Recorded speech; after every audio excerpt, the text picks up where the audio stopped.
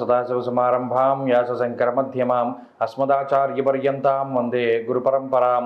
జ్యోతిషాస్త్రాన్ని భావితరాల వారికి ప్రసాదించిన ఋషుల యొక్క పాదపద్మాలకి నమస్కారం చేసుకుంటూ, అలాగే నాకు ఈ జ్యోతిష విద్యను నేర్పిన గురువర్యులు జ్యోతిష బ్రహ్మ కీర్తిశేషులు శ్రీ ఈరంకి సూర్యనారాయణమూర్తి గారు, సూర్యశ్రీ దైవజ్ఞ గారి యొక్క పాదపద్మాలకి నమస్కారం చేసుకుంటూ, ఓం శ్రీ మహాగణాధిపతి నమః, శ్రీ గురుభ్యో నమః, హరి ఓం. వీక్షకులందరికీ నమస్కారం.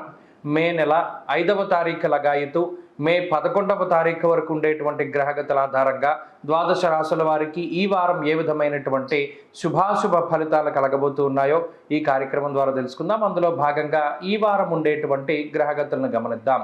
ఈ వారంలో శుక్రుడు రవి గ్రహం మేషరాశి యందు సంచారం చేస్తూ ఉండగా, వృషభ రాశి యందు గురుగ్రహం యొక్క సంచారము, అలాగే కన్య యందు కేతువు, కుంభరాశి యందు శనేశ్వరుని యొక్క సంచారము, మీనరాశి యందు కుజ బుధ రాహుగ్రహాలు సంచరిస్తూ ఉండగా, చంద్రుడు మీన మేష వృషభ మిథున రాశుల్లో సంచారం చేస్తూ ఉన్నారు.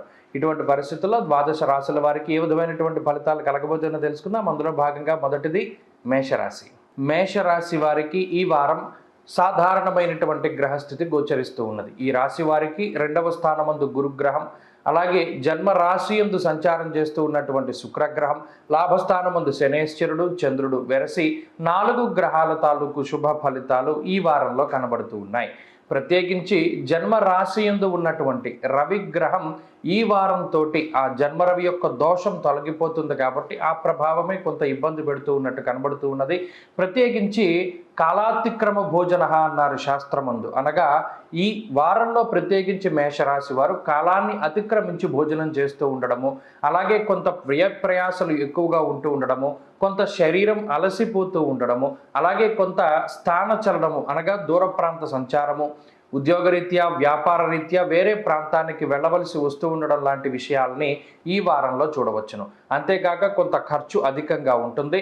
కుటుంబ సభ్యులకి సంబంధించినటువంటి విషయాలు కొంత మిశ్రమంగా గోచరిస్తూ ఉన్నాయి. ప్రత్యేకించి శుభ కార్యక్రమాలకి సంబంధించినటువంటి విషయాలు ఏవైతే ఉన్నాయో అవి కొంత ముందుకు వెళ్ళేటువంటి పరిస్థితులు గోచరిస్తూ ఉన్నాయి. ఆర్థిక పరమైనటువంటి ప్రగతి గోచరిస్తూ ఉన్నది. ఉద్యోగ పరంగా కానీ వ్యాపార పరంగా కానీ కొంత ఆర్థికంగా లాభపడేటువంటి పరిస్థితులు గోచరిస్తూ ఉన్నాయి. అలాగే ఉద్యోగం చేస్తూ కొత్తగా వ్యాపారం ప్రారంభించాలి అనేటువంటి వారు, ఆదాయ మార్గాల్ని పెంచుకోవాలి అనేటువంటి వారు చేసేటువంటి ప్రతి పని కూడా మంచి ఫలితాన్ని ఇస్తూ ఉంటుంది. అంతేకాక ప్రత్యేకించి ఈ వారంలో మేషరాశి వారికి ఉండేటువంటి ఆరోగ్యపరమైనటువంటి సమస్యలు తగ్గుముఖం పట్టడం, సంతానానికి సంబంధించినటువంటి పురోగతి ఉండడం, అలాగే మానసికమైనటువంటి ప్రశాంతతను కూడా ఈ వారం చూడగలుగుతారు. ఉద్యోగపరంగా సానుకూలమైనటువంటి పరిస్థితులు గోచరిస్తూ ఉన్నాయి. వ్యాపార పరంగా మేషరాశి వారికి ఈ వారం చాలా లాభదాయకంగా నడుస్తూ ఉంటుంది. విద్యార్థులకి గ్రహగతులు చాలా సానుకూలంగా కనబడుతూ ఉన్నాయి.